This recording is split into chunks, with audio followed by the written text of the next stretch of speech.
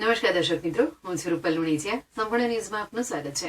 બનાસકાંઠા જિલ્લાના અતિ પછાત વિસ્તાર તરીકે ઓળખાતા અમીરગઢ અને દાંતા તાલુકામાં બહારથી વ્યક્તિઓ આવી દારૂનું વેચાણ કરતા હોય છે, જેથી 16 થી 17 વર્ષના યુવાનો દારૂના રવાડે ચડી રહ્યા છે, જેના કારણે ભર યુવાનીમાં મહિલાઓ વિધવા થઈ રહી છે, જેથી આવનાર પેઢી બરબાદ થઈ રહી છે. આ બાબતે અમીરગઢ તાલુકાના સૌ આગેવાનોએ સાથે મળી અવારનવાર તાલુકા કક્ષાએ અને જિલ્લા કક્ષાએ રજૂઆત કરી છે. તેમ છતાં આ દૂષણ અટકવાનું નામ લેતો નથી. ગામ લોકોએ તેમજ આગેવાનોએ સાથે મળી દારૂના અડ્ડાઓ તો બંધ કરાવ્યા, પરંતુ બહારથી આવેલા બુટલેગરો ગામડાઓમાં દારૂનું સપ્લાય કરી રહ્યા છે, જેથી આ દૂષણને નાથવા માટે અમીરગઢ અને દાંતા તાલુકાના લોકો ગુરુવારે દાંતાના ધારાસભ્ય સાથે પાલનપુર કલેક્ટર કચેરી ખાતે આવી પહોંચ્યા હતા અને જિલ્લા કલેક્ટરને આ બાબતે રજૂઆત કરી દારૂનું વેચાણ કરવા આવતા વ્યક્તિઓ સામે કડક પગલાં ભરવામાં આવે તેવી માંગ કરવામાં આવી હતી.